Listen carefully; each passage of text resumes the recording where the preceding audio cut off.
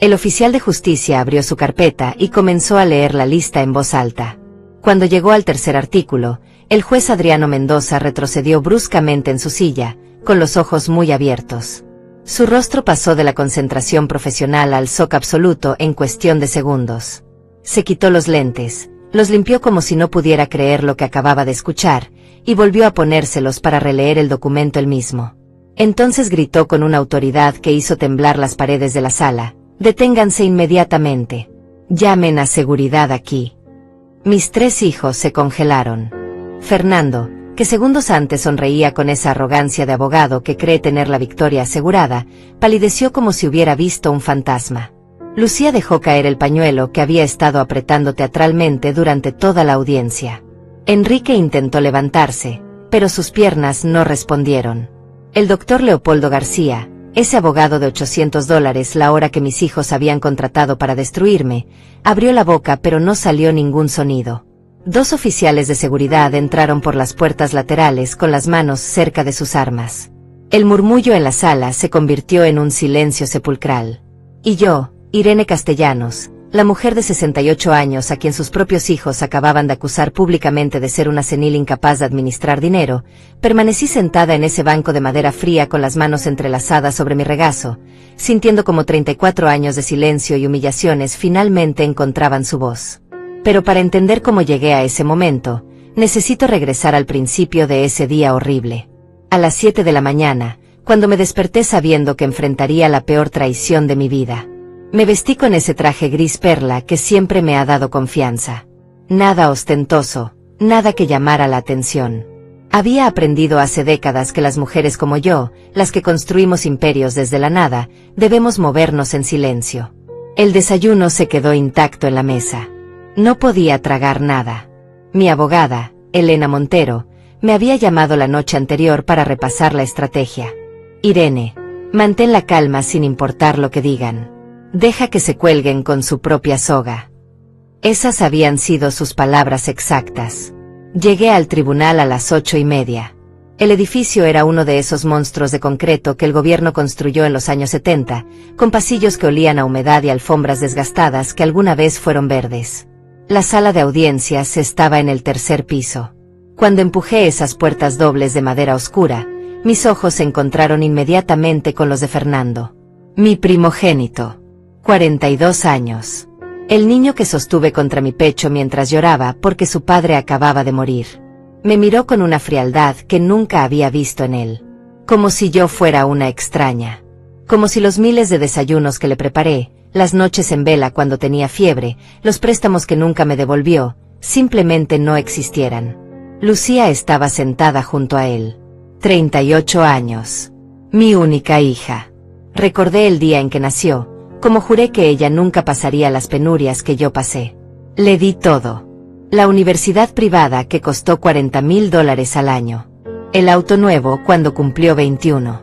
Los $50,000 para su boda en ese hotel 5 estrellas donde sirvieron langosta a 200 invitados. Y ahí estaba ella, con ese vestido negro que probablemente también pagué yo, sosteniendo un pañuelo como si yo acabara de morir. Enrique, el menor, 35 años, miraba al suelo. Siempre había sido el más cobarde de los 3. El que dejaba que sus hermanos tomaran las decisiones, mientras él simplemente seguía la corriente. Me senté en el banco designado para mí. Elena se sentó a mi lado y apretó mi mano brevemente. El juez Adriano Mendoza entró por la puerta lateral. Todos nos pusimos de pie. Era un hombre de unos 60 años, con ese aire cansado de quien ha visto demasiadas familias destruirse en su sala. Se sentó, ajustó sus lentes, y revisó los documentos frente a él. Caso número 74.312. Fernando Castellanos, Lucía Castellanos de Herrera, y Enrique Castellanos contra Irene Castellanos. Solicitud de interdición por presunta incapacidad mental y financiera. Su voz era monótona, como si leyera la lista del supermercado. El doctor Leopoldo García se puso de pie.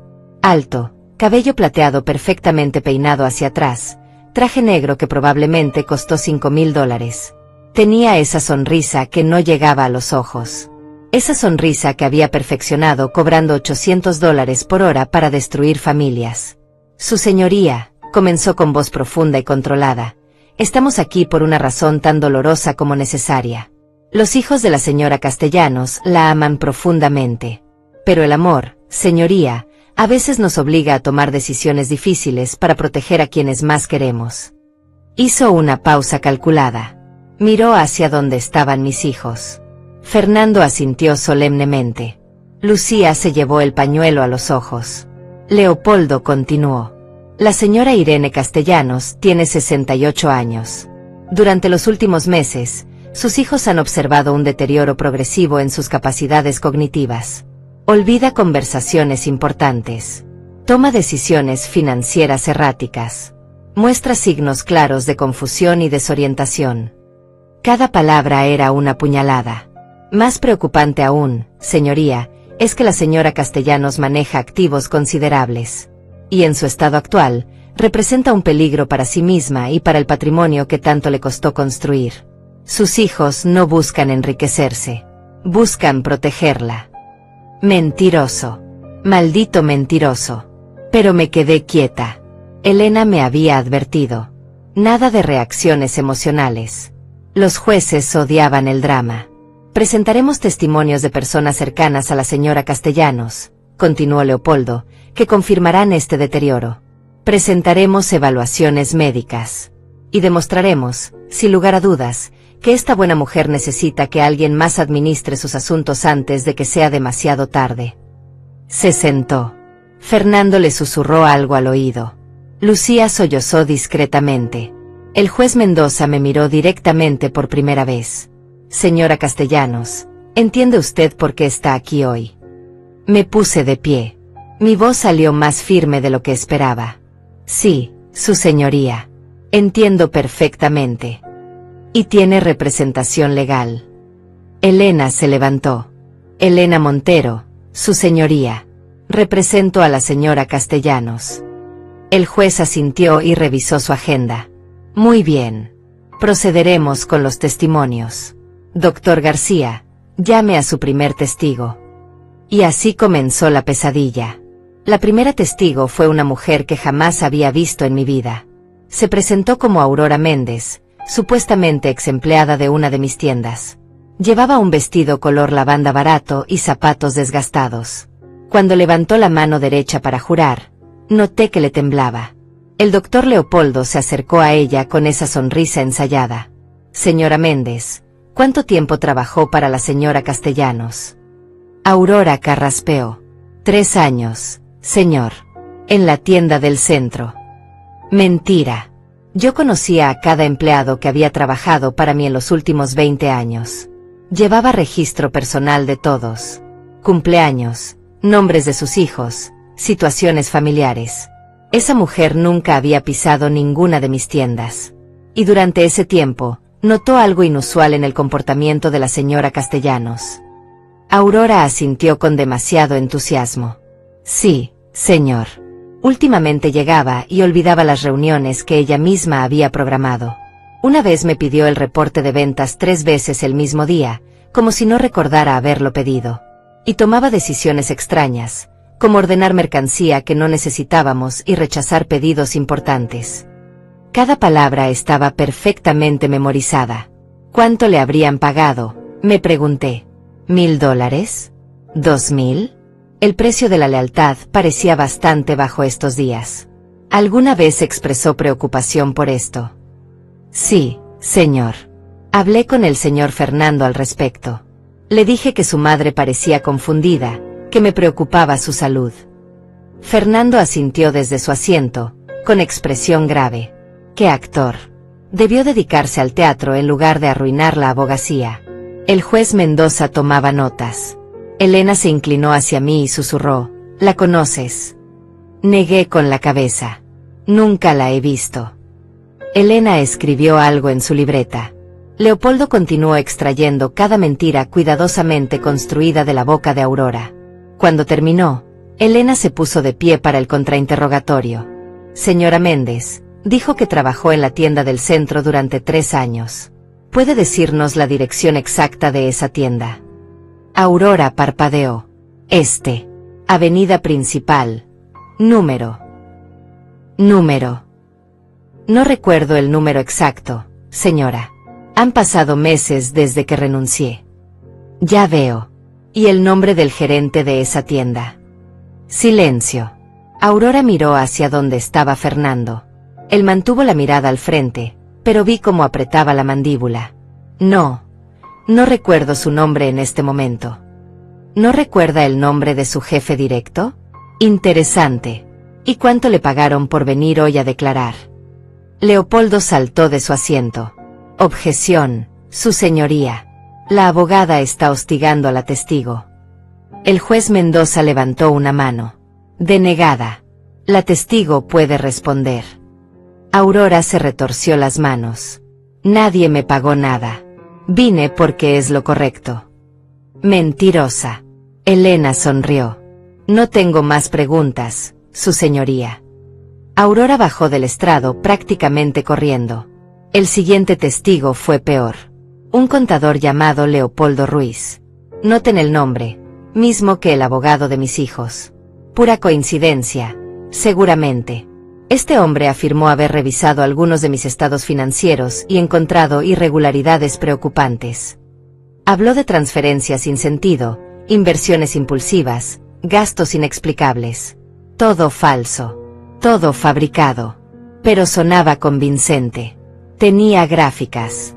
Números. Proyecciones. La gente siempre cree en los números, incluso cuando mienten. Cuando Elena lo interrogó, el tipo se contradijo 3 veces, pero el daño ya estaba hecho. Vi cómo el juez Mendoza fruncía el ceño mientras revisaba los documentos. Luego vino el supuesto informe médico. Un doctor que jamás me había examinado, un tal doctor que ni siquiera estaba presente, pero cuyo reporte Leopoldo presentó como evidencia. Según ese papel, yo mostraba signos de demencia temprana, deterioro cognitivo, pérdida de memoria a corto plazo.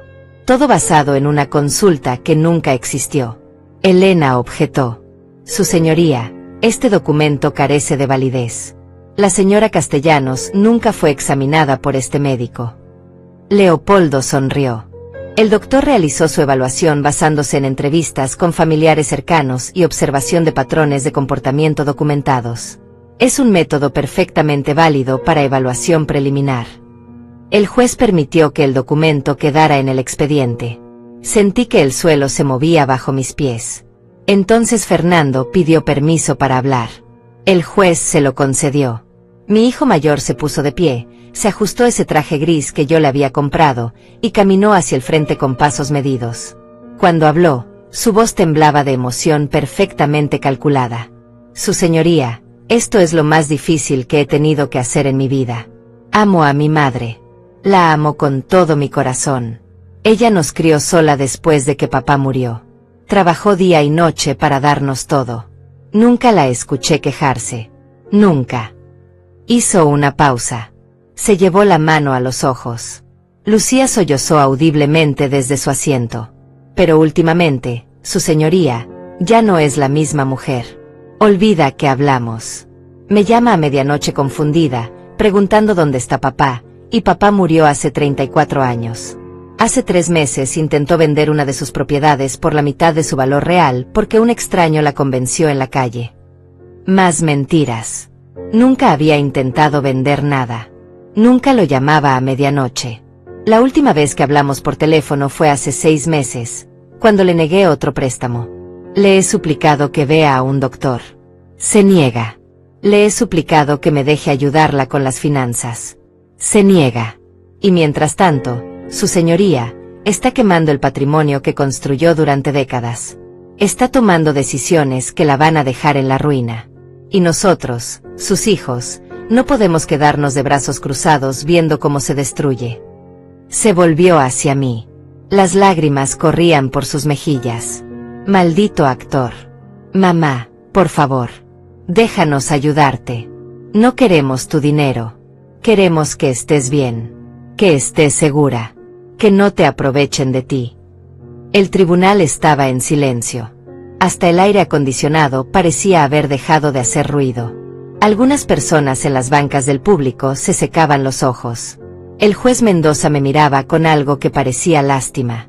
Y yo comprendí en ese momento que había subestimado completamente a mis hijos. No eran solo codiciosos. Eran monstruos inteligentes. Habían construido una narrativa perfecta, la madre senil, los hijos amorosos tratando desesperadamente de protegerla. Cada mentira encajaba con la siguiente. Cada testigo falso reforzaba la historia.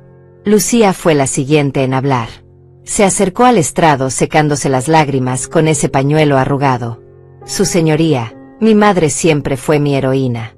Cuando era niña, la veía salir a trabajar antes del amanecer y regresar después de que oscureciera. Nunca tuvimos mucho, pero ella se aseguraba de que no nos faltara nada importante. Su voz se quebró. Pero ahora, señoría, estoy aterrada. La semana pasada fui a visitarla y encontré la estufa encendida, sin nada cocinándose. Las llaves de su auto estaban en el refrigerador. Había olvidado pagar la luz y casi le cortan el servicio. Le pregunté si estaba bien y me dijo que sí, que todo estaba perfecto, pero sus ojos estaban vacíos, como si no me reconociera realmente. Cada palabra de Lucía era veneno disfrazado de preocupación. Nunca había ido a visitarme la semana pasada. De hecho, la última vez que la vi fue hace 4 meses, cuando apareció en mi casa pidiendo $50,000 para una emergencia que nunca explicó. Le di $20,000. Me agradeció con un abrazo frío y se fue. No volví a saber de ella hasta que recibí la citación judicial. Pero ahí estaba, llorando frente al juez como si fuera la hija devota del año. Mi esposo y yo hemos hablado de llevarla a vivir con nosotros, continuó Lucía, pero ella se niega. Dice que no necesita ayuda de nadie, que puede cuidarse sola. Pero no puede, su señoría. Ya no puede. Y me aterra pensar que un día voy a recibir una llamada diciendo que algo terrible le pasó porque nosotros no hicimos nada para protegerla. El juez Mendoza escribió algo en sus notas. Lucía regresó a su asiento y Enrique le pasó un brazo por los hombros. ¡Qué cuadro tan conmovedor de unidad familiar! El doctor Leopoldo se puso de pie nuevamente. Su señoría, como puede ver, esto no es un caso de hijos codiciosos tratando de robar a su madre. Esto es una familia desesperada tratando de salvar a una mujer que ambientala antes de que sea demasiado tarde. La señora Castellanos construyó un patrimonio considerable trabajando incansablemente durante décadas. Sería una tragedia permitir que ese patrimonio se pierda por decisiones tomadas por alguien que ya no tiene la capacidad mental para administrarlo. Hizo una pausa dramática. Por eso solicitamos respetuosamente que este tribunal designe a Fernando Castellanos como tutor legal y administrador de los bienes de su madre. Él es abogado, conoce las leyes, entiende las finanzas. Nadie está mejor calificado para proteger los intereses de la señora Castellanos que su propio hijo. Fernando asintió con humildad falsa, como si esta responsabilidad fuera una carga terrible que estaba dispuesto a soportar por amor filial. El juez se quitó los lentes y los limpió lentamente. Abogada Montero, desea presentar su caso. Elena se levantó.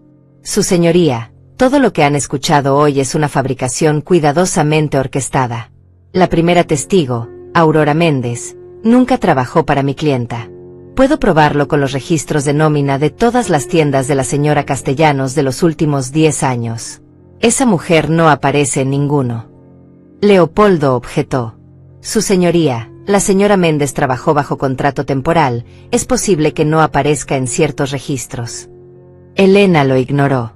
El contador que presentaron se contradijo múltiples veces durante mi interrogatorio. Y el supuesto informe médico proviene de un doctor que nunca examinó a mi clienta. En cuanto a las acusaciones de Fernando y Lucía Castellanos, son simplemente eso, acusaciones sin evidencia. El juez levantó una mano. Abogada Montero, ¿tiene testigos que presenten un testimonio contrario? Tengo algo mejor, su señoría. Tengo hechos. Elena sacó una carpeta de su maletín. La señora Castellanos no solo está en pleno uso de sus facultades mentales, sino que es una de las empresarias más exitosas de esta región. Sus empresas generan empleos para más de 400 empleados directos. Sus estados financieros muestran crecimiento constante año tras año. Lejos de estar en deterioro, su imperio comercial está en su mejor momento. Leopoldo se puso de pie. Su señoría, el éxito pasado no garantiza competencia presente. Un atleta puede haber sido campeón olímpico, pero si desarrolla una condición médica que afecta su desempeño, eso no niega la realidad de su situación actual. El juez pareció considerar esto. Mi corazón latía tan fuerte que pensé que todos podían escucharlo. Elena continuó. Solicito que se ordene una evaluación psiquiátrica independiente de mi clienta. No por un doctor contratado por la parte contraria, sino por un perito designado por este tribunal. Los resultados hablarán por sí mismos. Era una buena estrategia, pero también arriesgada. ¿Y si el perito estaba comprado? ¿Y si Fernando había llegado más lejos de lo que imaginábamos? El juez Mendoza revisó su calendario. Muy bien. Ordenaré una evaluación psiquiátrica completa. Pero mientras tanto, necesito revisar el patrimonio en cuestión. Doctor García mencionó que la señora Castellanos maneja activos considerables. ¿Cuán considerables? Leopoldo sonrió. Era la pregunta que había estado esperando. Su señoría, según nuestras investigaciones, la señora Castellanos posee una cadena de tiendas de telas, un apartamento en el centro de la ciudad y algunas inversiones menores. Estimamos el valor total en aproximadamente $2 millones. Fernando asintió. Es un patrimonio significativo, su señoría. Demasiado para que una persona en el estado de mi madre lo administre sola. El juez hizo anotaciones. Y ustedes buscan administrar todo esto. Solo hasta que mamá se recupere, dijo Fernando con voz suave. O hasta que pueda nombrar a alguien de su confianza para que la ayude. No queremos quedarnos con nada. Solo queremos protegerla. Mentiroso. Sabía exactamente lo que querían. Querían mi cuenta bancaria para pagar sus deudas. Querían mi apartamento para venderlo. Querían las empresas para liquidarlas y repartirse el efectivo. Lo había visto venir desde hace meses, desde que empecé a negarles dinero. Lucía había venido primero, con su historia de que el negocio de su esposo estaba en problemas. Le di $20,000. 2 semanas después volvió pidiendo 30,000 más. Me negué. Fernando apareció al mes siguiente. Necesitaba $60,000 para una oportunidad de inversión que no podía dejar pasar. También me negué. Sus casos legales no iban bien. Había perdido 3 juicios importantes por negligencia. Sus clientes lo estaban abandonando. Necesitaba dinero desesperadamente. Enrique fue el último. Vino con esa mirada de cachorro triste que siempre usaba cuando necesitaba algo. Había invertido en criptomonedas. Perdió todo. $120,000 evaporados. Necesitaba que yo cubriera sus deudas o los prestamistas iban a quitarle su auto, su casa, todo. Le dije que no. Que ya era hora de que aprendiera a vivir con las consecuencias de sus decisiones. Se fue sin decir palabra. Y 2 semanas después recibí la citación. Mis 3 hijos, unidos por primera vez en años, no por amor sino por codicia. El juez Mendoza cerró su carpeta. Muy bien. Voy a ordenar lo siguiente. Evaluación psiquiátrica independiente de la señora Castellanos, a realizarse en los próximos 10 días. Auditoría completa de sus activos y estado financiero. Y hasta que tengamos los resultados de ambas cosas, se mantendrá el status quo. La señora Castellanos mantiene control de sus bienes. Fernando se tensó. Lucía susurró algo urgente a Leopoldo. El abogado se puso de pie rápidamente. Su señoría, con todo respeto, 10 días podrían ser demasiado tiempo. Si la señora Castellanos toma alguna decisión financiera imprudente en ese periodo, el daño podría ser irreversible. Solicitamos que se nombre un administrador temporal inmediato. El juez lo miró con dureza. Doctor García, acaba de pasar 2 horas argumentando que esta mujer está incapacitada. Ahora sugiere que en 10 días va a desmantelar un imperio que construyó durante 34 años. ¿Cuál de las 2 cosas es? Leopoldo vaciló. Su señoría, simplemente expresamos nuestra preocupación. Preocupación denegada. La señora Castellanos mantiene control de sus bienes hasta que yo diga lo contrario. Algo más. Elena se puso de pie. Sí, su señoría. Solicito que se presente un inventario completo y detallado de todos los activos de mi clienta. No una estimación. Un inventario real, oficial, certificado. El juez asintió. Concedido. El tribunal designará a un oficial de justicia para que compile ese inventario basándose en los documentos oficiales, registros públicos y declaraciones de impuestos de la señora Castellanos. Doctor García, asegúrese de que su equipo coopere proporcionando cualquier documento que tengan. Leopoldo pareció incómodo por primera vez. Su señoría, nosotros solo tenemos estimaciones preliminares. Entonces el oficial trabajará directamente con la señora Castellanos y su abogada. La lista completa deberá estar lista en 3 días.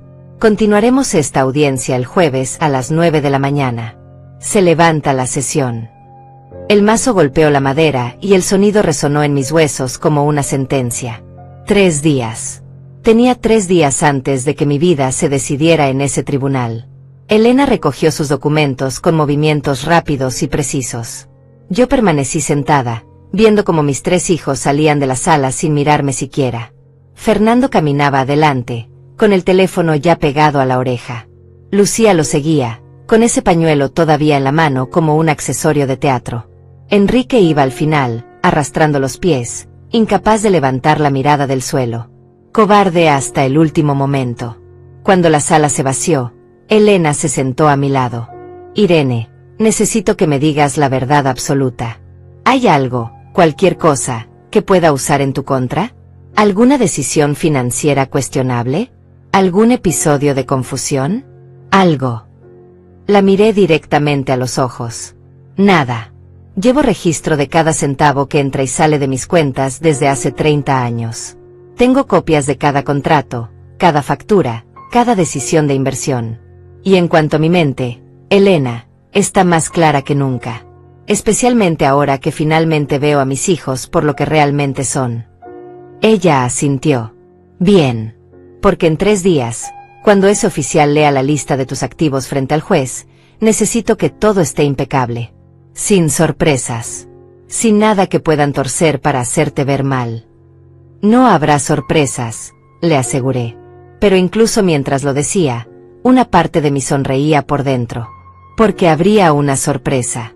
Solo que no sería para mí. Esa noche, en mi apartamento, saqué todos los archivos. Los esparcí sobre la mesa del comedor, esa mesa grande de caoba donde alguna vez celebramos cumpleaños y navidades cuando mis hijos todavía fingían amarme. Escrituras de propiedades. Certificados de acciones. Estados de cuenta bancarios. Contratos comerciales. Documentos de inversión. La evidencia física de 34 años de trabajo incansable. Recordé el día en que todo comenzó. Tenía 34 años. Fernando tenía 8. Lucía, 4. Enrique acababa de cumplir 1. Mi esposo, Roberto, había muerto 3 meses antes en un accidente de tránsito. Un camión que se saltó un semáforo en rojo. Murió instantáneamente. Y yo me quedé sola con 3 niños, un apartamento rentado de 2 habitaciones, y deudas que sumaban $80,000. Los padres de Roberto me ofrecieron ayuda. Ayuda que venía con condiciones. Querían que les diera a los niños. Decían que yo no podría criarlos sola, que necesitaban una familia completa, que ellos tenían recursos. Les dije que prefería vivir en la calle antes que separarme de mis hijos. Nunca me perdonaron por eso. Dejé de hablarles hace 20 años. Así que hice lo único que sabía hacer: trabajar. Tenía una máquina de coser que mi madre me había regalado cuando me casé. Empecé a hacer arreglos de ropa para los vecinos.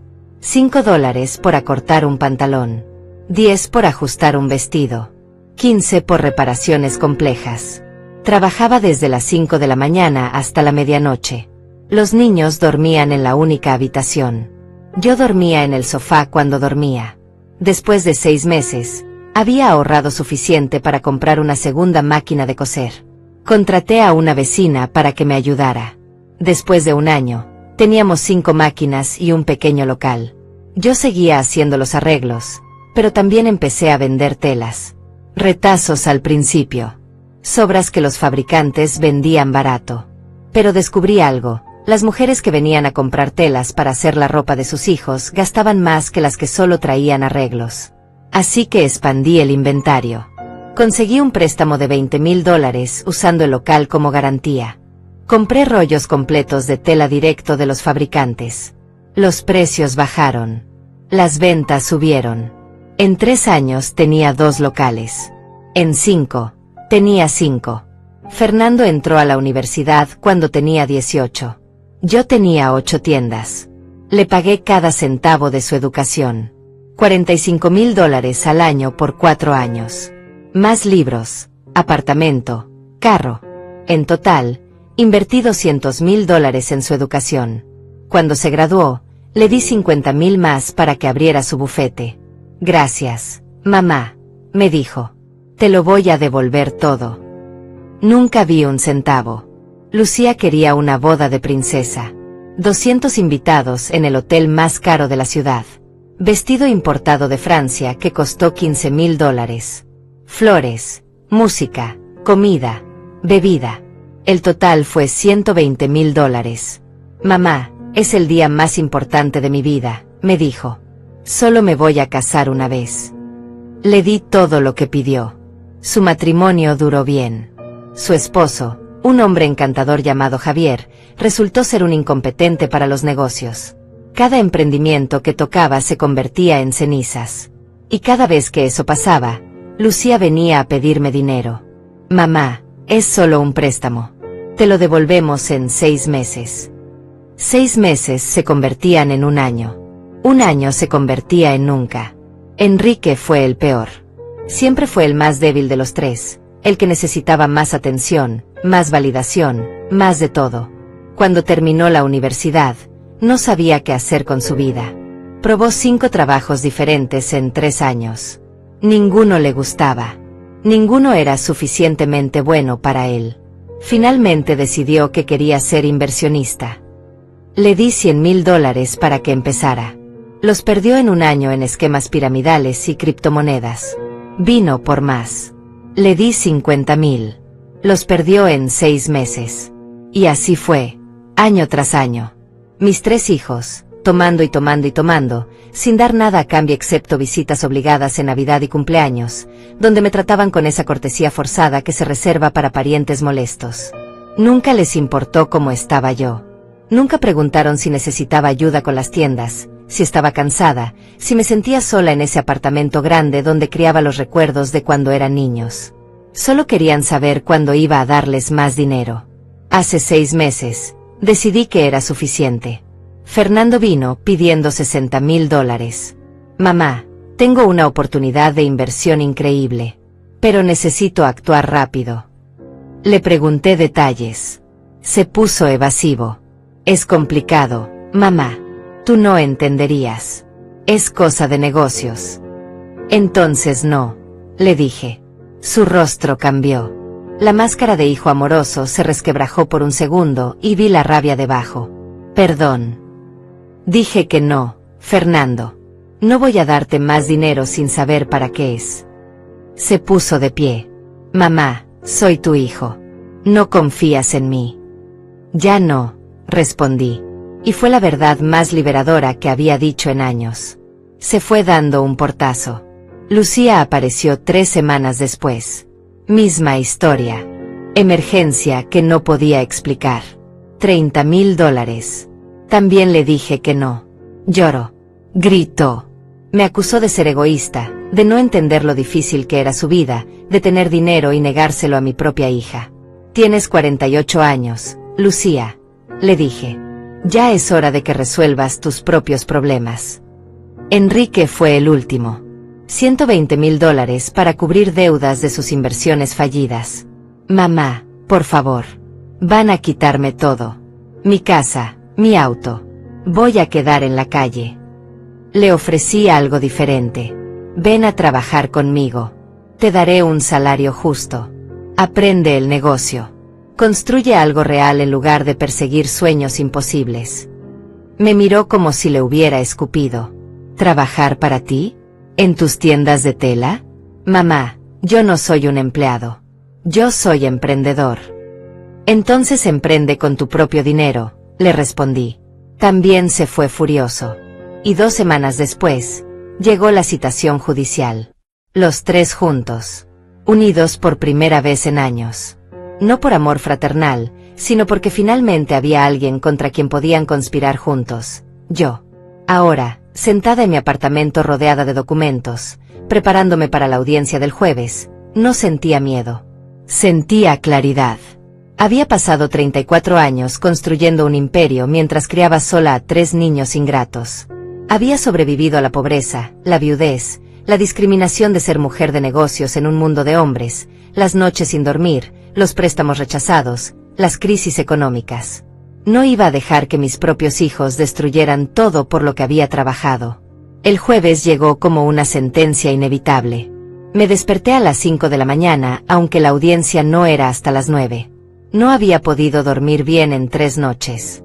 Cada vez que cerraba los ojos veía el rostro de Fernando cuando dijo que me amaba, con esas lágrimas falsas corriendo por sus mejillas. Me vestí con el mismo traje gris perla.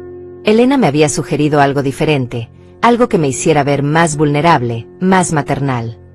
Le dije que me vistiera como lo que era, una mujer de negocios que no tenía nada de qué avergonzarse. El café se enfrió en la taza sin que lo tocara. El estómago estaba cerrado, convertido en un puño apretado de nervios y rabia contenida. Llegué al tribunal a las 8:30. Elena ya estaba allí, con 2 maletines llenos de documentos. ¿Lista?, me preguntó. Nací lista, respondí. Cuando entramos a la sala, mis hijos ya estaban sentados. Fernando revisaba papeles con el doctor Leopoldo. Lucía miraba su teléfono con el ceño fruncido. Enrique tamborileaba los dedos sobre la mesa, nervioso. Ninguno me miró cuando pasé. Era como si yo fuera invisible. Como si ya hubieran ganado y solo faltara la formalidad del veredicto. La sala se llenó más que la vez anterior. Había periodistas. No sabía cómo se habían enterado, pero ahí estaban, con sus grabadoras y libretas. Una mujer de negocios de 68 años, siendo demandada por sus propios hijos por incapacidad mental. Era el tipo de historia que vendía periódicos. El juez Adriano Mendoza entró puntualmente a las 9. Todos nos pusimos de pie. Él se sentó, ajustó sus lentes, y abrió la carpeta frente a él con movimientos lentos y deliberados. Buenos días. Continuamos con el caso 74.312. Entiendo que el oficial de justicia ha completado el inventario de activos solicitado. Un hombre delgado de unos 50 años se puso de pie desde una esquina de la sala. Llevaba un traje café y una carpeta gruesa bajo el brazo. Así es, su señoría. He compilado un inventario completo basándome en registros públicos, declaraciones de impuestos, escrituras de propiedades y documentación proporcionada por la señora Castellanos y su representante legal. El juez asintió. Proceda. Lea el inventario para el registro. El oficial abrió su carpeta. Fernando se inclinó hacia adelante en su asiento. Leopoldo tenía esa sonrisa confiada de quien cree que tiene el control absoluto de la situación. Lucía dejó su teléfono y prestó atención completa por primera vez en todo el proceso. El oficial carraspeó y comenzó a leer en voz monótona. Inventario de activos pertenecientes a Irene Castellanos. Ítem número 1. Cadena de tiendas comerciales registradas bajo el nombre Telas Irene. Total de unidades, 47 tiendas distribuidas en 12 estados. Valor estimado según última tasación, $18 millones. El silencio que siguió fue ensordecedor. Fernando parpadeó. Leopoldo dejó de sonreír. Lucía abrió la boca, pero no salió ningún sonido.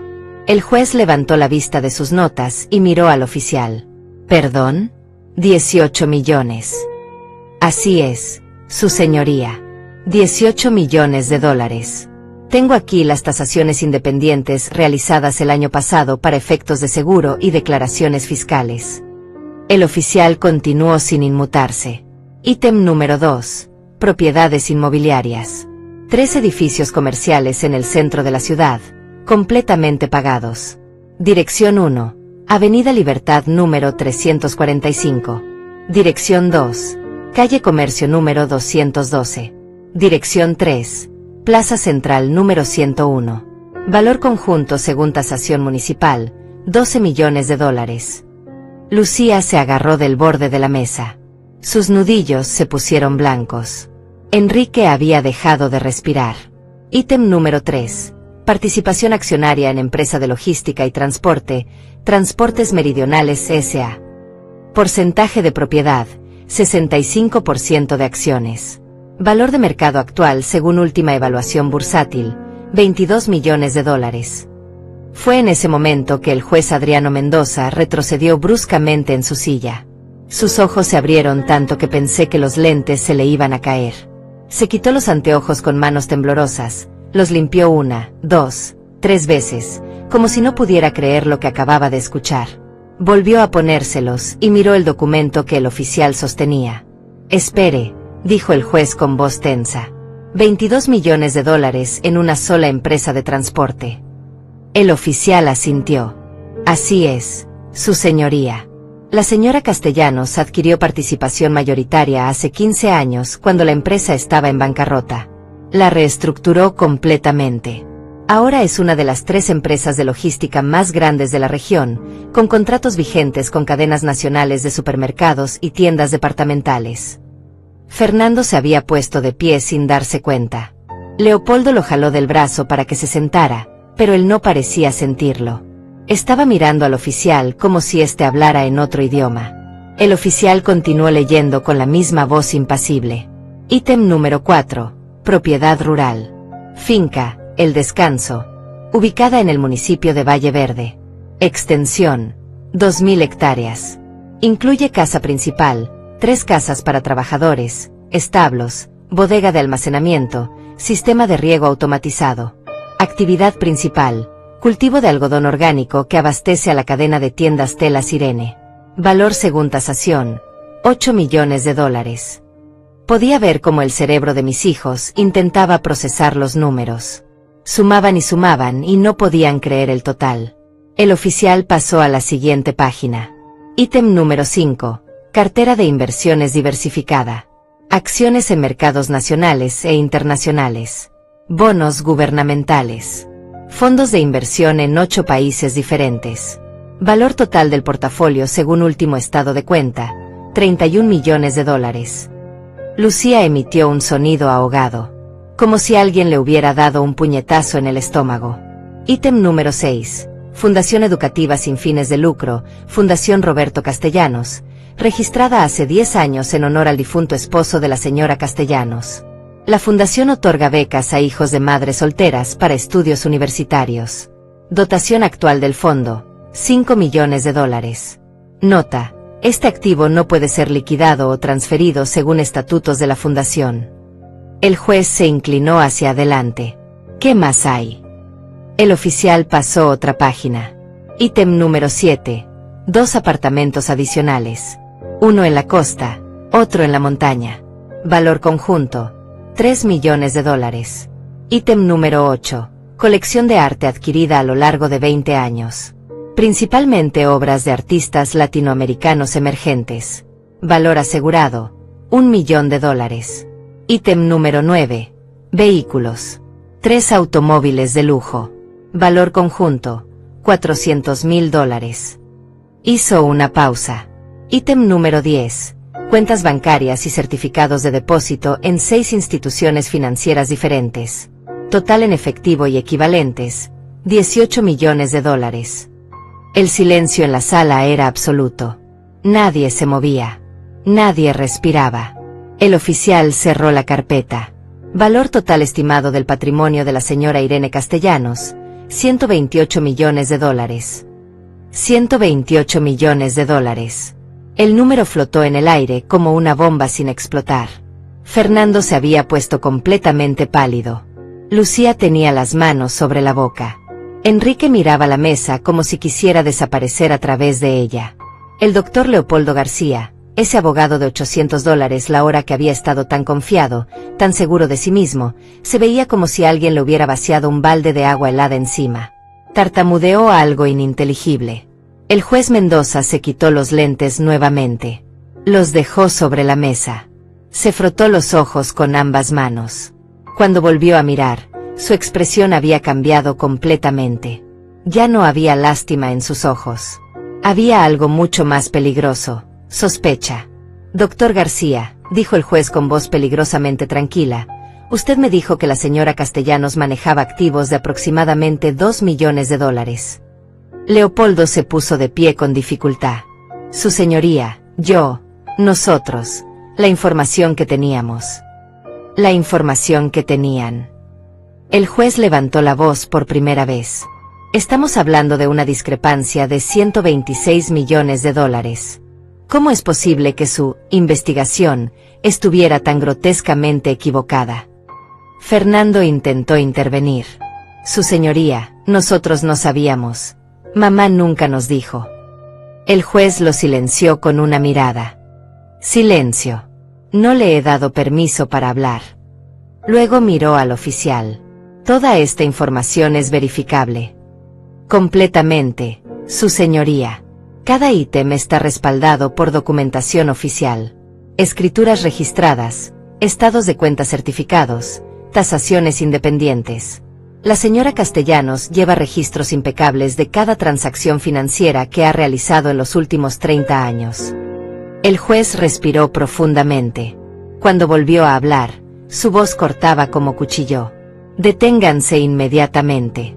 No digan nada más. Se volvió hacia uno de los oficiales de seguridad que estaban junto a la puerta. Llamen a seguridad aquí. Ahora. 2 oficiales más entraron corriendo. Fernando, Lucía y Enrique se congelaron en sus asientos. El miedo finalmente había reemplazado la codicia en sus rostros. El juez Mendoza se puso de pie. Nunca había visto a un juez ponerse de pie durante una audiencia. Era como si la gravedad de lo que acababa de descubrirse lo hubiera sacado físicamente de su asiento. Quiero peritos contables independientes aquí en 30 minutos, ordenó a uno de los secretarios. Llamen al fiscal del distrito. Y quiero a un psiquiatra forense certificado por el Estado, no uno contratado por ninguna de las partes. Se volvió hacia el doctor Leopoldo García, quien parecía haber envejecido 10 años en los últimos 5 minutos. Doctor García, usted le dijo a este tribunal que estaba solicitando tutela sobre un patrimonio de 2 millones de dólares.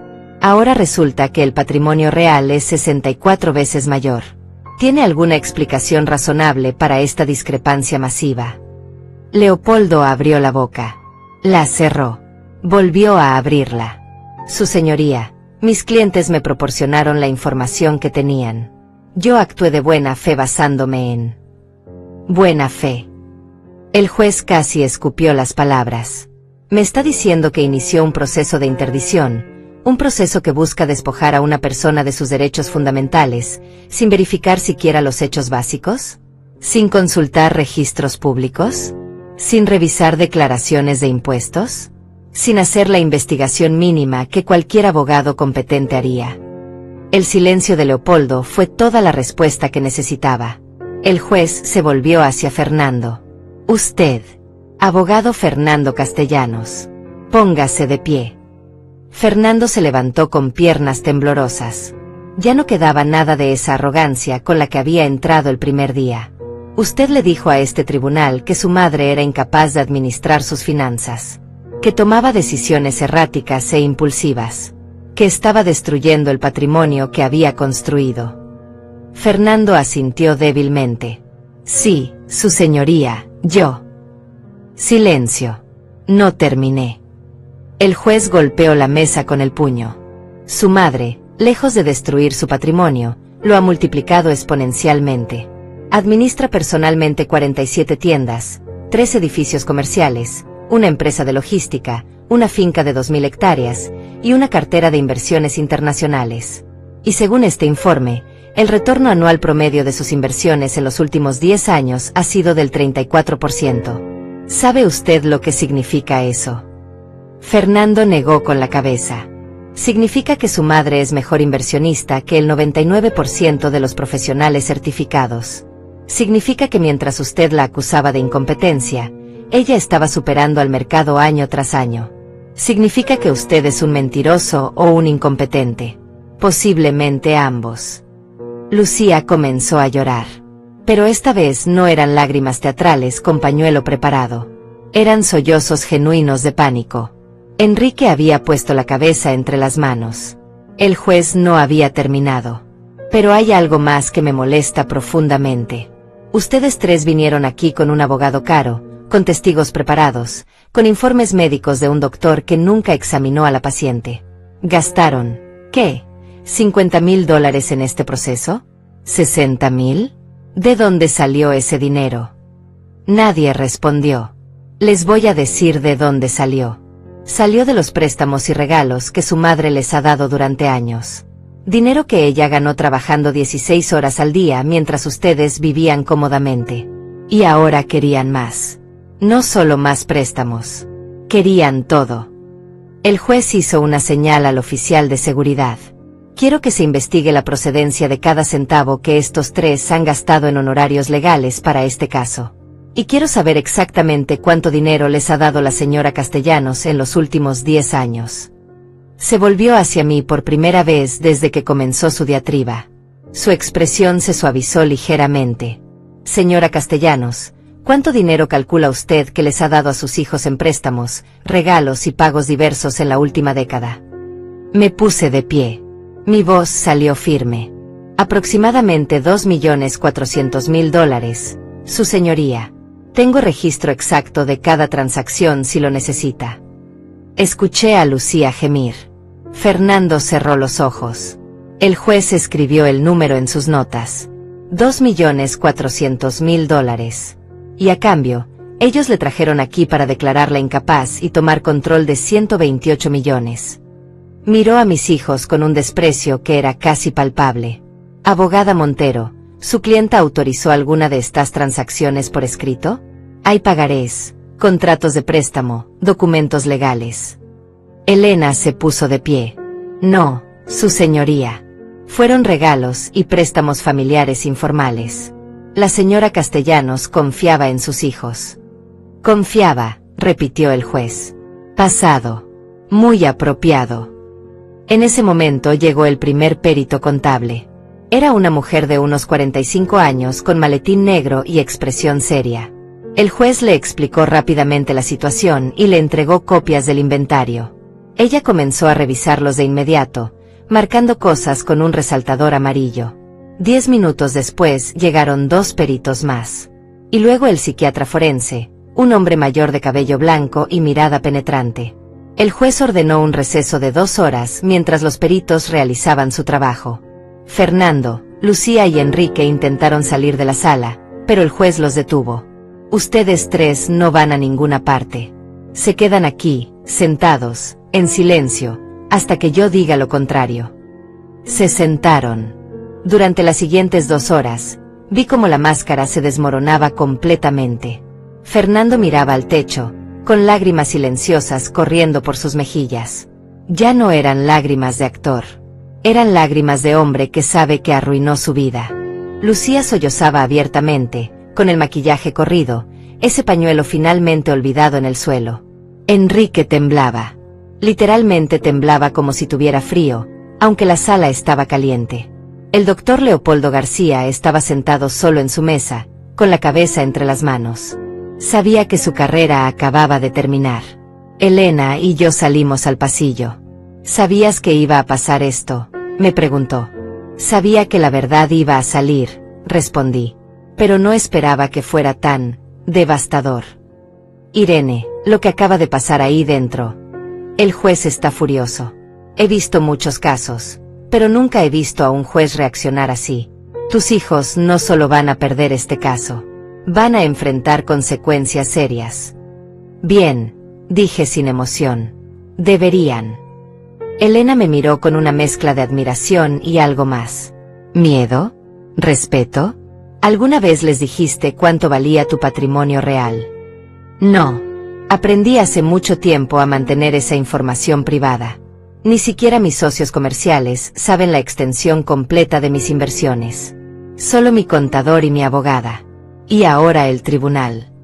¿Por qué el secreto? Sonreí sin humor. Porque sabía que si mis hijos descubrían la verdad, esto pasaría eventualmente. Solo esperaba equivocarme.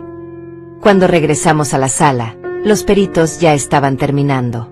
La mujer del maletín negro se acercó al juez y le entregó un documento de varias páginas. Él lo leyó cuidadosamente, asintiendo de vez en cuando. El psiquiatra forense había estado hablando conmigo durante 30 minutos. Me hizo preguntas sobre fechas, nombres, números, eventos históricos. Me pidió que resolviera problemas matemáticos mentalmente. Me mostró imágenes y me pidió que las describiera. Al final, También le entregó un informe al juez. El juez Mendoza llamó nuevamente al orden. He revisado los informes de los peritos contables. Los registros financieros de la señora Castellanos son impecables. Cada transacción está documentada, cada inversión está justificada, cada decisión financiera muestra no solo competencia sino excelencia administrativa poco común. Miró a Fernando. Su madre no está destruyendo su patrimonio. Lo está haciendo crecer a un ritmo que la mayoría de los fondos de inversión profesionales envidiarían. Luego levantó el informe del psiquiatra. El doctor Ramírez ha evaluado a la señora Castellanos usando protocolos estándar para detección de deterioro cognitivo. Los resultados muestran que su función cognitiva está en el percentil 95 para su grupo de edad. Su memoria a corto y largo plazo es excelente. Su capacidad de razonamiento lógico está intacta. No hay absolutamente ningún indicio de demencia, confusión o incapacidad mental de ningún tipo. Fernando había cerrado los ojos. Lucía lloraba en silencio.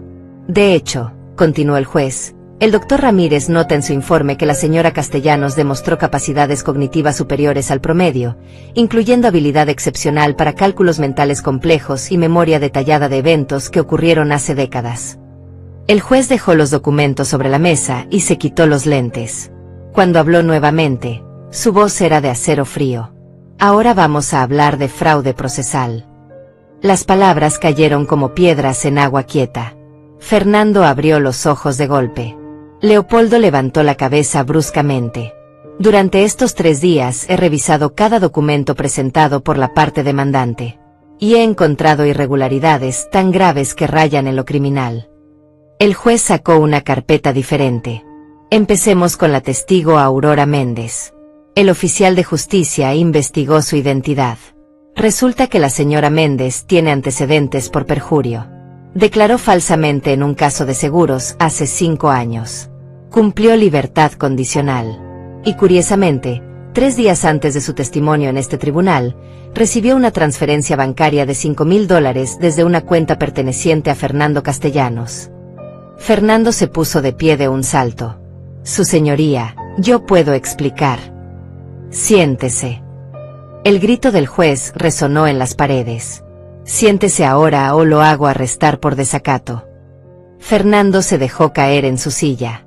La explicación es obvia, continuó el juez.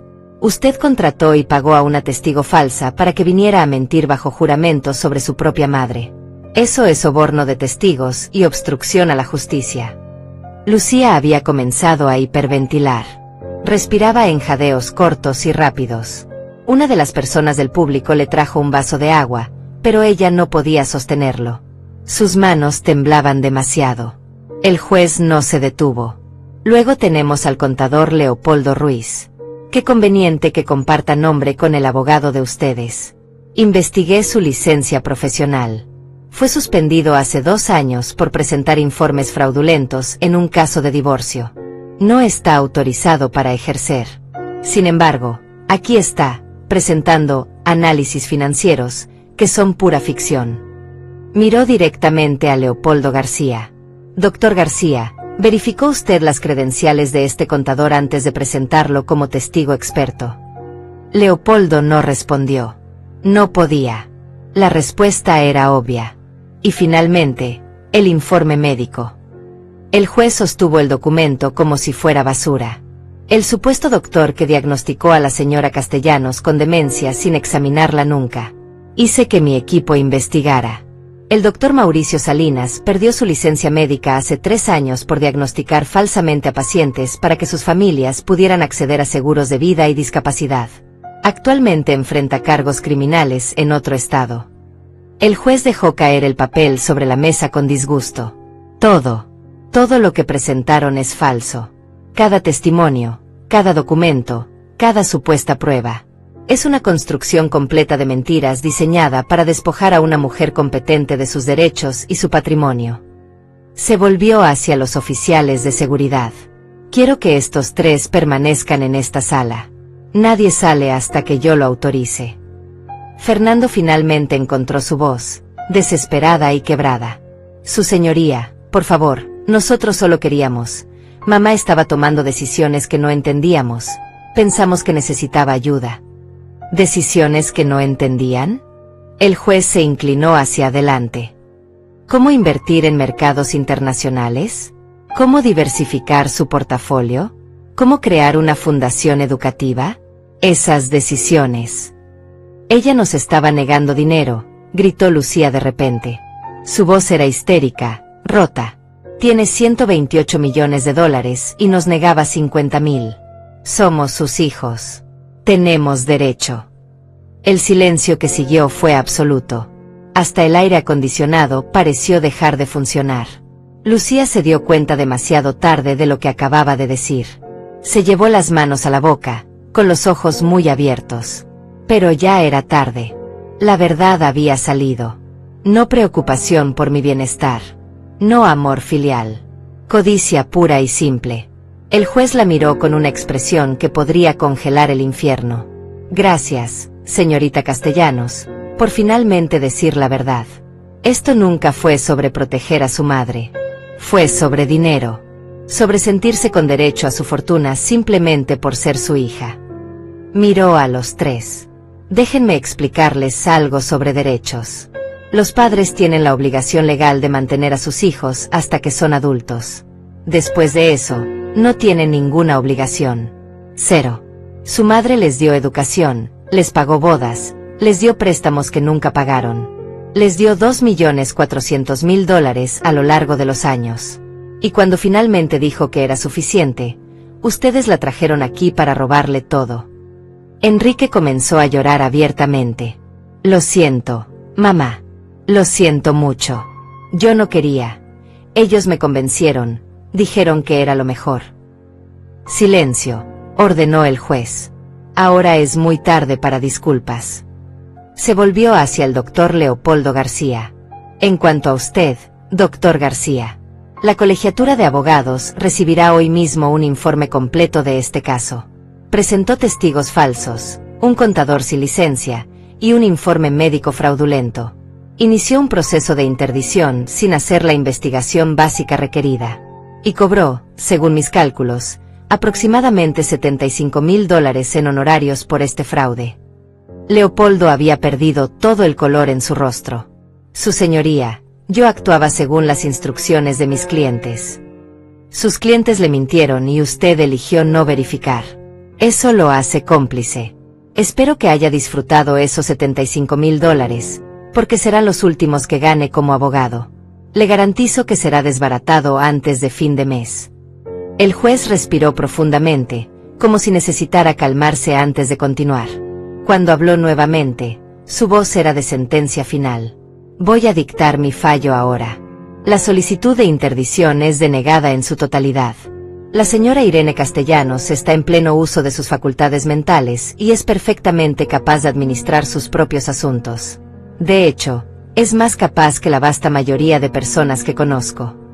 Fernando dejó caer la cabeza sobre la mesa. Pero eso no es todo. El juez sacó otro documento. Debido a la naturaleza fraudulenta de este proceso y a las claras intenciones maliciosas de los demandantes, estoy ordenando lo siguiente. Hizo una pausa. El silencio era insoportable. Primero, Fernando Castellanos, como abogado colegiado que inició un proceso legal fraudulento, será reportado a la Colegiatura de Abogados para proceso disciplinario. Recomendaré suspensión permanente de su licencia. Fernando emitió un sonido como de animal herido. Segundo, los tres demandantes tienen prohibido acercarse a la señora Irene Castellanos por un periodo de 5 años. Esto incluye contacto físico, telefónico, electrónico o a través de terceros. La violación de esta orden resultará en arresto inmediato. Lucía sollozaba sin control. Tercero, estoy ordenando una investigación completa por parte del fiscal del distrito sobre posible fraude procesal, soborno de testigos y conspiración para cometer fraude. Los cargos criminales son una posibilidad real. Enrique había puesto la cabeza entre las rodillas, temblando. Cuarto, todos los gastos legales de la señora Castellanos en este caso serán pagados solidariamente por los tres demandantes. Esto incluye honorarios de su abogada, gastos de peritos y costas judiciales. Calculo el total en aproximadamente $150,000. El juez miró directamente a mis hijos. Y quinto, estoy emitiendo una orden de protección financiera. Cualquier intento futuro de acceder a las cuentas, propiedades o activos de la señora Castellanos, sin su consentimiento explícito por escrito, será considerado intento de fraude y perseguido con todo el peso de la ley. Cerró su carpeta con un golpe seco. Este es uno de los casos más repugnantes que he visto en 30 años de carrera judicial. 3 adultos perfectamente capaces conspirando para robar a su propia madre usando el sistema legal como arma. Me da vergüenza que esto haya llegado a mi sala. Se puso de pie. Caso cerrado. Oficial, escolte a los demandantes fuera del edificio. Y asegúrese de que entiendan que si veo a cualquiera de ellos en este tribunal nuevamente por asuntos relacionados con la señora Castellanos, iré personalmente por cargos por desacato. El mazo golpeó la madera una última vez. El sonido resonó como un trueno. Fernando intentó levantarse, pero sus piernas no respondieron. 2 oficiales tuvieron que ayudarlo a ponerse de pie. Lucía caminaba como zombi, con los ojos vacíos y las mejillas mojadas. Enrique iba entre los dos, encogido, derrotado. Cuando pasaron junto a mí, Fernando se detuvo. Me miró por primera vez en todo el proceso, realmente me miró, no a través de mí o por encima de mí. Mamá, susurró. Su voz era la de un niño asustado. Lo siento tanto. Lo miré a los ojos, esos ojos que alguna vez miraron hacia mí con amor genuino cuando era un niño pequeño. Yo también, respondí. Y fue la verdad. Lamentaba que hubiera llegado a esto. Lamentaba haber criado 3 hijos tan egoístas que preferían destruirme antes que trabajar por sí mismos. Lamentaba cada sacrificio que hice, cada noche sin dormir, cada comida que me salté para que ellos comieran. Pero no me arrepentía de lo que acababa de pasar. Los oficiales se lo llevaron. Elena me abrazó. Ganamos, susurró. Sí, respondí. Pero no se sentía como una victoria. Se sentía como un funeral. Los periodistas me rodearon en cuanto salí del tribunal. Micrófonos y cámaras aparecieron de todas direcciones como pájaros de rapiña. Señora Castellanos, ¿cómo se siente después del veredicto? ¿Va a perdonar a sus hijos? Es verdad que vale $128 millones. Planea demandarlos por los préstamos que nunca devolvieron. Elena me protegió con su cuerpo mientras caminábamos hacia el estacionamiento. No respondí ninguna pregunta. No tenía energía para explicarle a extraños el dolor de ser traicionada por las 3 personas que trajiste al mundo. Cuando finalmente llegamos a mi auto, me senté al volante y no pude mover las manos. Estaban congeladas sobre el volante, apretándolo hasta que los nudillos se pusieron blancos. Elena se sentó en el asiento del copiloto. ¿Quieres que conduzca yo? Negué con la cabeza. Respiré profundo 3 veces y encendí el motor. El camino a casa fue borroso. No recuerdo si pasé semáforos en rojo o verde. No recuerdo si había tráfico. Solo recuerdo llegar a mi apartamento, ese apartamento grande en el piso 18 donde había vivido los últimos 15 años, y sentir que nunca había estado tan vacío. Las paredes tenían fotos de mis hijos. Fernando con su toga de graduación. Lucía el día de su boda con ese vestido blanco de $15,000. Enrique en su primer día de universidad. Sonrisas falsas capturadas en momentos que creí significaban algo. Me serví un vaso de whisky. No suelo beber, pero esa noche necesitaba algo que quemara más que la traición. Me senté en el sofá donde solía leerles cuentos cuando eran pequeños. Donde Fernando se acurrucaba contra mí cuando tenía pesadillas después de la muerte de su padre. Donde Lucía me enseñaba sus dibujos de princesas y castillos. Donde Enrique se quedaba dormido mientras yo trabajaba en mi laptop, su cabeza apoyada en mi hombro. ¿En qué momento se convirtieron en extraños? ¿En qué momento el amor se transformó en codicia? El teléfono sonó 17 veces esa noche. No contesté ninguna llamada. Algunos eran reporteros. Otros eran conocidos que acababan de enterarse y llamaban con esa curiosidad morbosa disfrazada de preocupación. Uno era el número de Lucía. Dejó un mensaje de voz. No lo escuché. Borré todo sin oír una sola palabra. A las 2 de la mañana seguía despierta, mirando el techo, pensando en todas las decisiones que tomé a lo largo de los años. ¿Debía haber sido más dura con ellos? ¿Debí haberlos obligado a trabajar en las tiendas cuando eran adolescentes en lugar de darles todo hecho? ¿Debí haberles enseñado el valor del dinero negándoles algunas de sus peticiones extravagantes? Pero cada vez que pensaba eso, recordaba la promesa que me hice cuando Roberto murió. Mis hijos nunca pasarían hambre como yo pasé de niña. Nunca tendrían que usar ropa remendada de sus primos. Nunca tendrían que trabajar vendiendo dulces en la calle para pagar sus útiles escolares. Les di todo lo que yo nunca tuve. Y a cambio, ellos quisieron quitarme todo lo que había construido. La ironía era tan amarga que casi podía saborearla. Durante las siguientes semanas, la historia explotó en los medios. Empresaria millonaria demandada por sus propios hijos. Hijos codiciosos intentan robar fortuna de madre. Caso de interdición fraudulento expone codicia familiar. Mi rostro apareció en periódicos, noticieros, programas de radio. Algunos me pintaban como heroína. Otros insinuaban que algo debía haber hecho mal para que mis propios hijos me odiaran tanto. Como si la culpa fuera mía. El fiscal del distrito, un hombre llamado Adriano Romero, me citó para declarar. Me hizo preguntas durante 4 horas sobre cada interacción con mis hijos en los últimos años. Cada préstamo, cada regalo, cada conversación. ¿Alguna vez amenazaron con hacerle daño si no les daba dinero? No. Eran más sutiles que eso. Usaban culpa, manipulación emocional, lágrimas falsas. ¿Sabía usted que estaban planeando este proceso legal? No hasta que recibí la citación. Fue como ser golpeada por un tren que no vi venir. ¿Quiere presentar cargos adicionales contra ellos? Esa pregunta me hizo pensar. El fiscal explicó que podía demandarlos civilmente por los $2.400.000 que les había dado a lo largo de los años.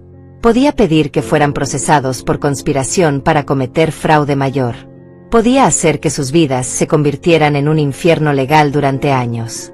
No, dije finalmente. No. El fiscal parecía genuinamente sorprendido. Señora Castellanos, estas personas intentaron robarles $128 millones. Mintieron bajo juramento. Contrataron testigos falsos. Fabricaron evidencia médica. Y usted tiene todo el derecho legal de... Lo sé, lo interrumpí. Pero ya perdieron suficiente. Fernando va a perder su licencia de abogado. Es lo único que tiene. Lucía va a tener que explicarle a su esposo por qué están en bancarrota pagando honorarios legales. Enrique ya estaba destruido antes de esto. No necesito destrozarlos más. El fiscal me miró como si fuera un espécimen fascinante. Es usted una mujer muy compasiva después de lo que le hicieron. No es compasión, respondí. Es cansancio. Estoy cansada de pelear. Estoy cansada de estar enojada. Y sobre todo, estoy cansada de seguir vinculada a ellos de cualquier forma. Fue verdad. Cada minuto que pasaba pensando en venganza era un minuto que le seguía dando poder sobre mi vida. Ya les había dado 34 años. No iban a tener un día más. La colegiatura de abogados suspendió a Fernando permanentemente 2 meses después. El caso fue de dominio público. Conducta deshonesta que involucra fraude procesal y descrédito a la profesión legal. Su bufete cerró. Sus clientes lo abandonaron. Escuché por terceros que estaba trabajando como asesor legal para una compañía de seguros, ganando una fracción de lo que ganaba antes. Lucía y su esposo Javier se divorciaron 3 meses después del juicio. Él no pudo perdonarla por arrastrarlo a esa situación sin consultarlo. Perdieron su casa pagando los $150.000 de costas judiciales que el juez ordenó. Ella tuvo que mudarse a un apartamento pequeño en un barrio que nunca habría considerado aceptable cuando vivía de mi dinero. Enrique simplemente desapareció. Dejó la ciudad. Alguien me dijo que se había ido al norte, a trabajar en construcción. No busqué confirmarlo. No era mi problema ya. Pero la noticia que más me impactó llegó 6 meses después del juicio. El doctor Leopoldo García había sido desbaratado, como prometió el juez. Perdió su licencia. Perdió su prestigioso bufete. Y una semana después de la decisión final de la colegiatura, intentó suicidarse. Sobrevivió, pero quedó con daño neurológico permanente. Cuando escuché eso, sentí algo extraño. No alegría. No satisfacción. Solo una tristeza profunda por lo bajo que puede caer un ser humano por dinero. Mientras tanto, yo intentaba reconstruir mi vida. Soné más fácil de lo que fue. Cada vez que miraba las fotos en las paredes veía a los extraños en que se habían convertido mis hijos.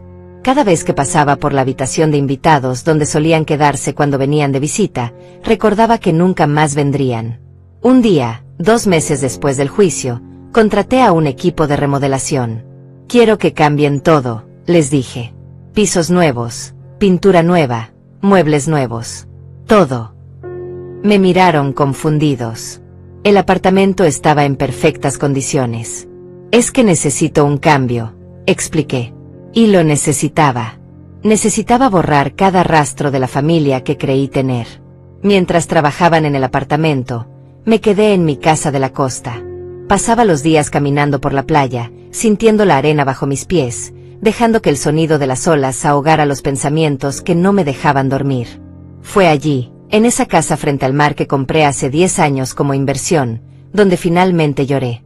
Lloré por la niña que fui, que creció pobre y juró que sus hijos nunca sufrirían lo mismo. Lloré por la joven viuda que trabajó hasta el agotamiento para darles un futuro. Lloré por la madre que se perdió cumpleaños y recitales escolares porque estaba construyendo un imperio para ellos. Y lloré por la mujer de 68 años que descubrió que todo ese sacrificio había criado monstruos. Lloré durante 3 días. Y después, dejé de llorar. Me desperté una mañana, miré el océano desde mi ventana, y supe que había terminado de llorar por personas que nunca lo merecieron. Regresé a la ciudad con un plan. Si mis hijos no iban a ser mi legado, entonces construiría un legado diferente. Llamé a mi contador. Quiero expandir la Fundación Roberto Castellanos, le dije. Vamos a multiplicar por 10 el número de becas que otorgamos. Y quiero crear un programa de mentoría para madres solteras que quieran emprender negocios. Eso va a costar varios millones al año. Irene. Tengo varios millones, respondí. Es hora de que hagan algo bueno. Durante los siguientes meses, me sumergí en el trabajo de la fundación. Conocí a docenas de mujeres que me recordaban a mí misma 30 años atrás. Madres solteras trabajando 2 empleos mientras criaban hijos solas. Mujeres con ideas brillantes pero sin capital para empezarlas. Jóvenes inteligentes cuyas familias no podían pagar la universidad. Les di dinero, sí. Pero más importante, les di algo que nadie me dio a mí: mentoría, conexiones, conocimiento. Les enseñé todo lo que aprendí en 34 años construyendo negocios. Cómo negociar con proveedores. Cómo administrar flujo de efectivo. Cómo crecer sin endeudarse hasta la asfixia. Y algo extraño sucedió. Por primera vez en décadas, me sentí genuinamente feliz. Estas mujeres me agradecían con lágrimas reales, no falsas. Me abrazaban con afecto genuino, no con el abrazo mecánico de quien espera algo a cambio. Me buscaban no para pedirme dinero, sino para compartir sus victorias y pedirme consejo. Una de ellas, una mujer llamada Marisol de 32 años con 2 hijos, me dijo algo que nunca olvidaré. Señora Irene, usted es la madre que todos deberíamos haber tenido. 6 meses después del juicio, estaba sentada en mi oficina revisando los estados financieros de la fundación cuando Elena apareció sin cita previa. Traía un sobremanila grande. ¿Qué es esto?, pregunté. Algo que necesitas ver antes de tomar una decisión. Abrió el sobre y sacó varios documentos. Eran solicitudes de mis 3 hijos para revocar la orden de restricción. Querían volver a tener contacto conmigo. Fernando había escrito una carta de 6 páginas. La leí en silencio. Hablaba de arrepentimiento, de terapia, de cómo había tocado fondo y finalmente entendía lo que había hecho. Decía que no quería dinero, solo la oportunidad de disculparse cara a cara. Lucía había escrito algo más corto. Admitía que había sido egoísta, manipuladora, cruel. Decía que perder todo le había enseñado el valor real de las cosas. Que ahora trabajaba como maestra en una escuela pública, ganando $1,200 al mes, y por primera vez en su vida entendía lo que era ganarse el pan honestamente. Enrique no había escrito nada. Solo había una nota de su terapeuta explicando que estaba en tratamiento para depresión severa y abuso de sustancias, y que como parte de su recuperación necesitaba hacer las paces con las personas que había lastimado. Elena me observaba. ¿Qué vas a hacer? Doblé las cartas cuidadosamente y las metí de vuelta en el sobre. Nada. Nada. Nada, repetí.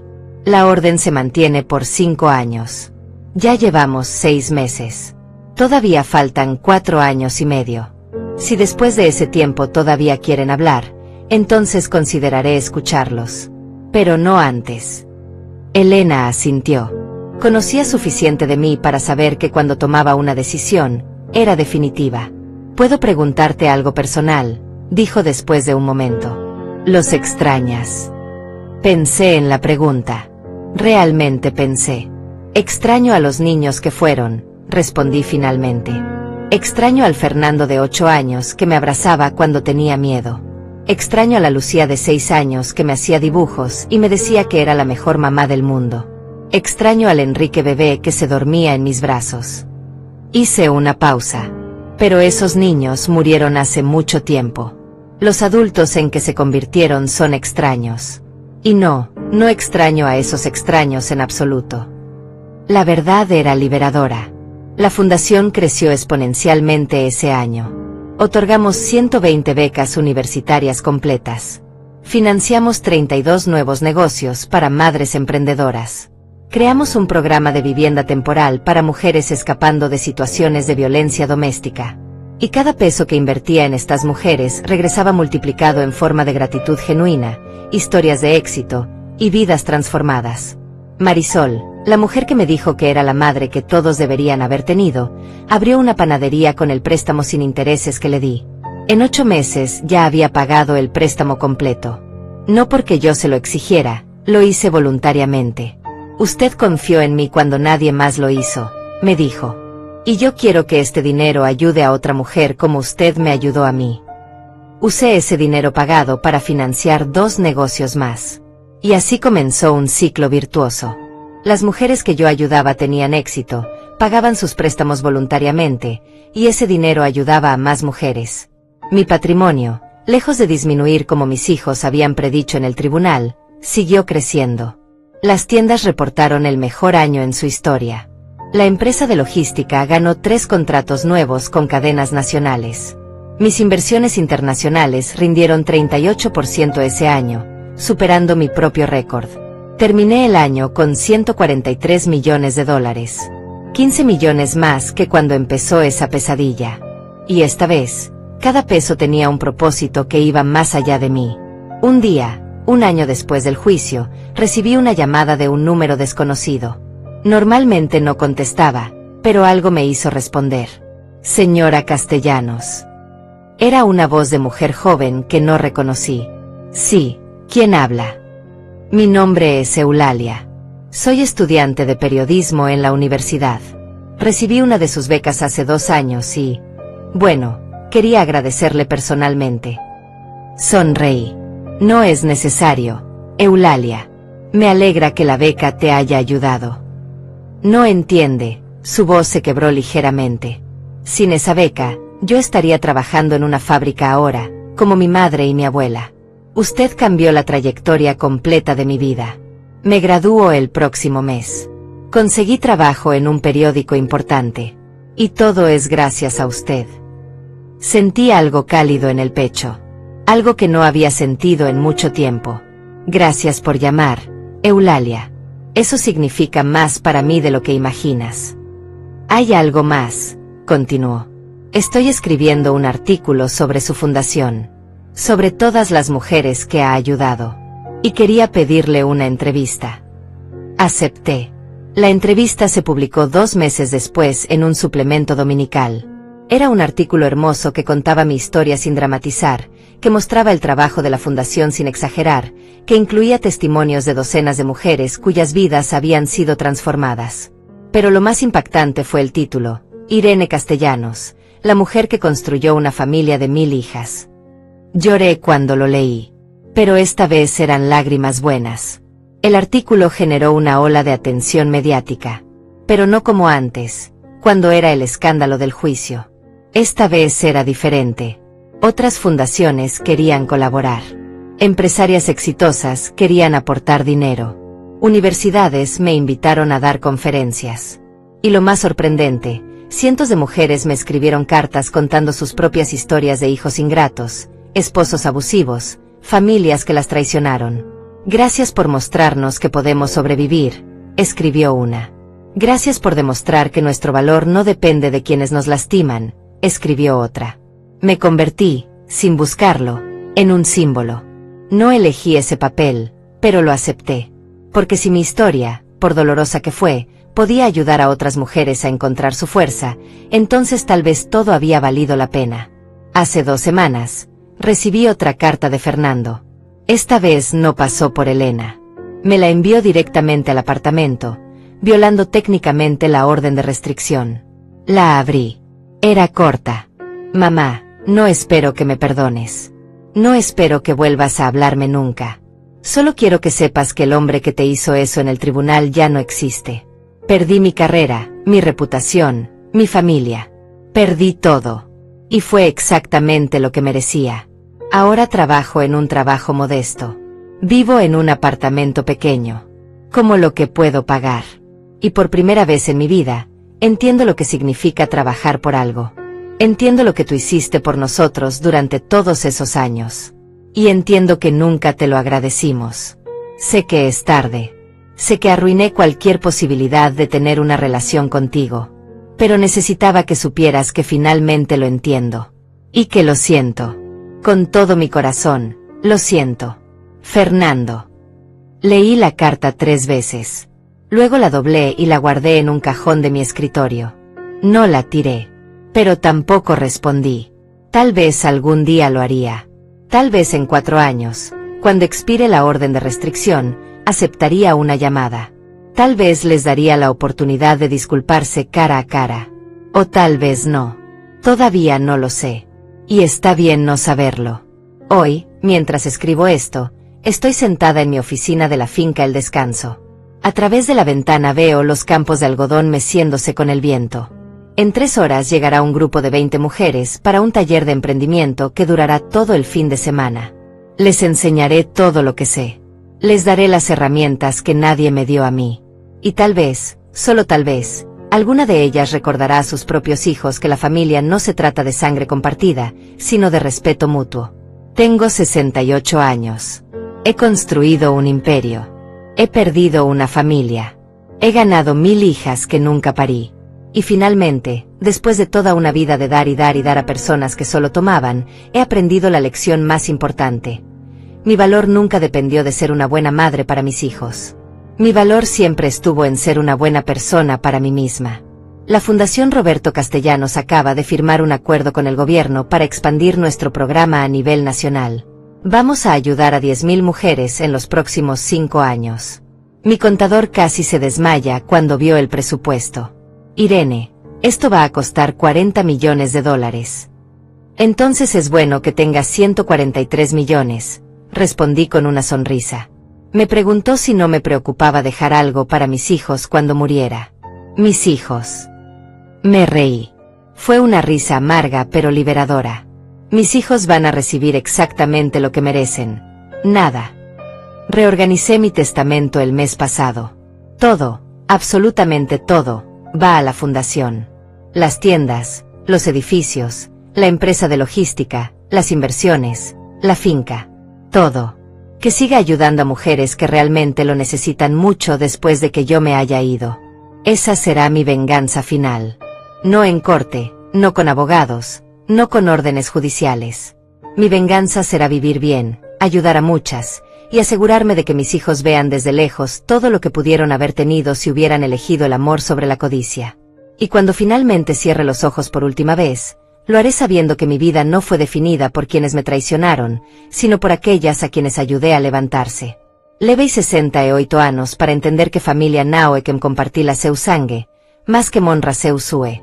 Y ahora, cada día que me despierto en esta finca, mirando el amanecer sobre los campos que construí con mi trabajo, siento algo que no sentí en décadas: paz. Mis hijos quisieron robarme todo. Pero lo único que realmente lograron fue liberarme.